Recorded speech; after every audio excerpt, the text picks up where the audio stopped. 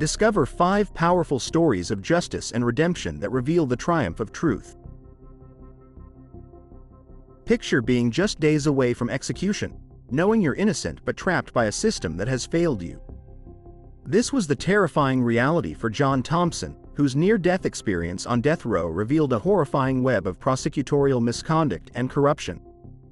In 1984, John Thompson was convicted of murder in New Orleans, Louisiana, and sentenced to death.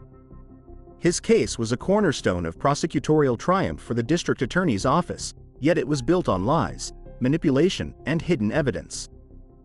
Thompson was linked to the murder through questionable eyewitness testimony and a blood sample from a carjacking incident that prosecutors claimed matched his blood type. However, what the defense didn't know was that the blood evidence had been deliberately hidden after it was found not to match Thompson's blood type. For 18 years, Thompson sat on death row, narrowly avoiding execution multiple times.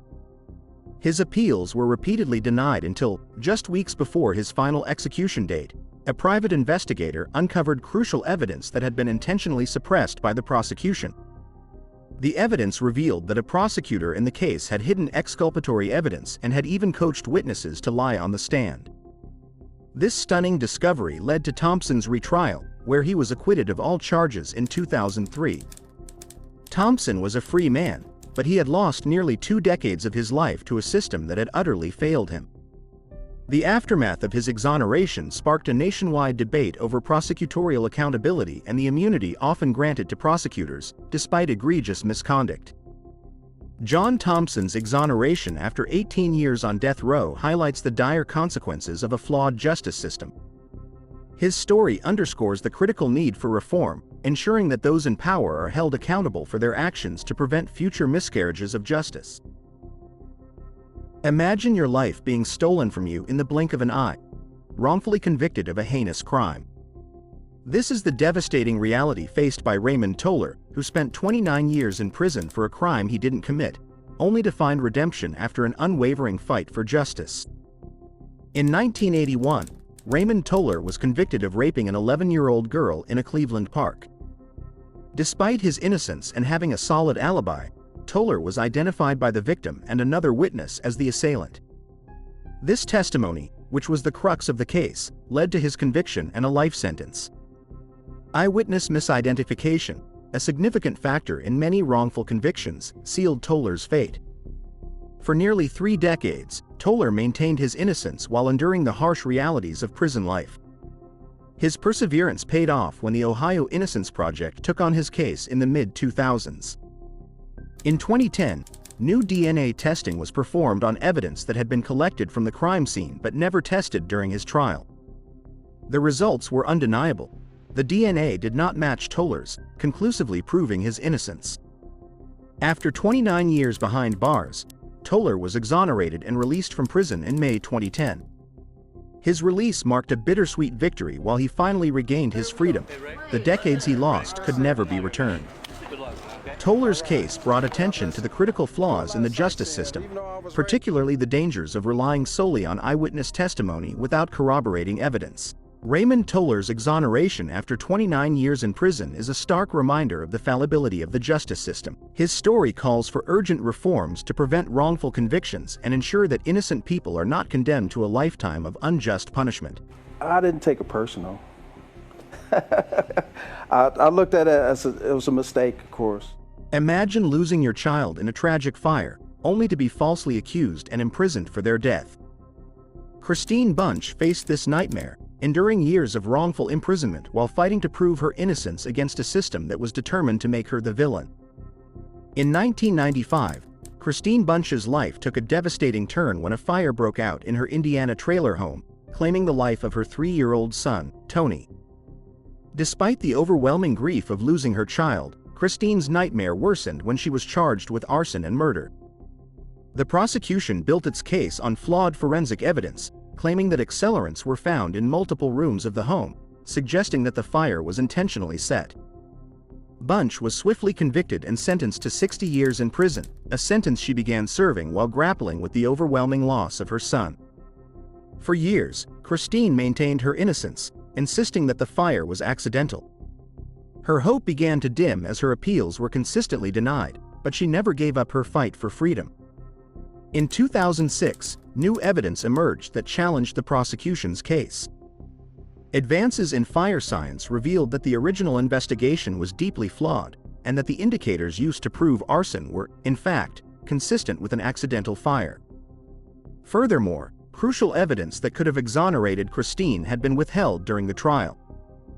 After years of legal battles, Kristine's conviction was overturned in 2012, and she was released from prison after serving 17 years for a crime she didn't commit.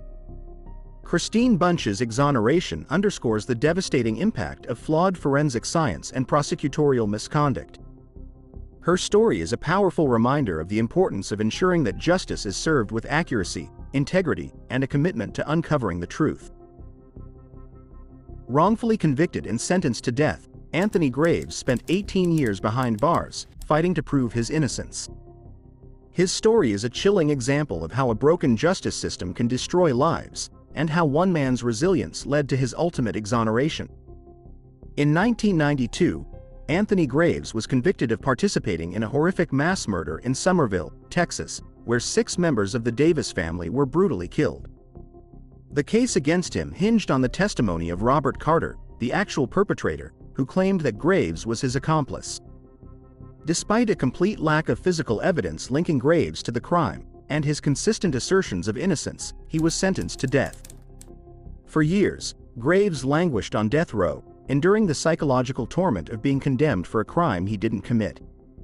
His appeals were repeatedly denied, and his situation seemed hopeless until 2000, when Carter recanted his testimony just days before his own execution, stating that Graves had nothing to do with the murders.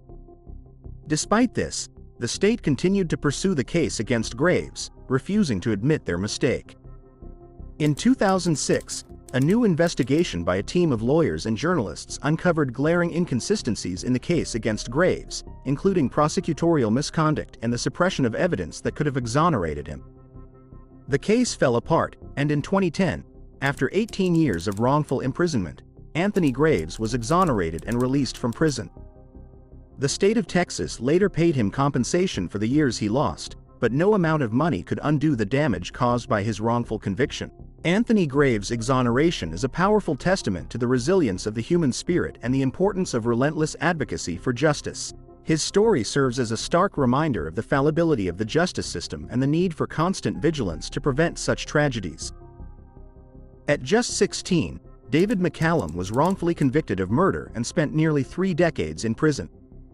His story is a stark reminder of the dangers of coerced confessions, and how one man's unwavering pursuit of justice led to his eventual exoneration and freedom.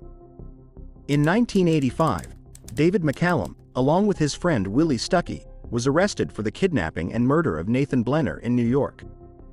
The case against them was built almost entirely on their confessions, which were obtained under duress after hours of intense interrogation.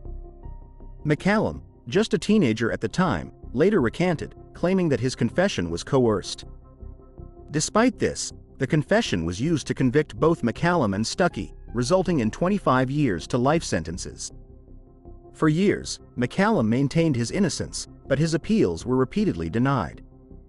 It wasn't until his case caught the attention of Reuben "Hurricane" Carter, a former boxer who had been wrongfully convicted himself, that momentum began to build for McCallum's exoneration. With Carter's support and the dedication of a team of lawyers, new evidence was uncovered that pointed to McCallum's innocence. The confessions, which were the linchpin of the prosecution's case, were found to be riddled with inconsistencies and obtained under coercion. In 2014, nearly 30 years after his wrongful conviction, McCallum's case was re-examined, and he was finally exonerated. The Brooklyn District Attorney's Office admitted that there was no physical evidence linking him to the crime and that the case against him had been fundamentally flawed from the start. David McCallum's exoneration after nearly 30 years of wrongful imprisonment highlights the critical flaws in the justice system, particularly the use of coerced confessions. His story underscores the need for reform to protect the innocent from unjust convictions.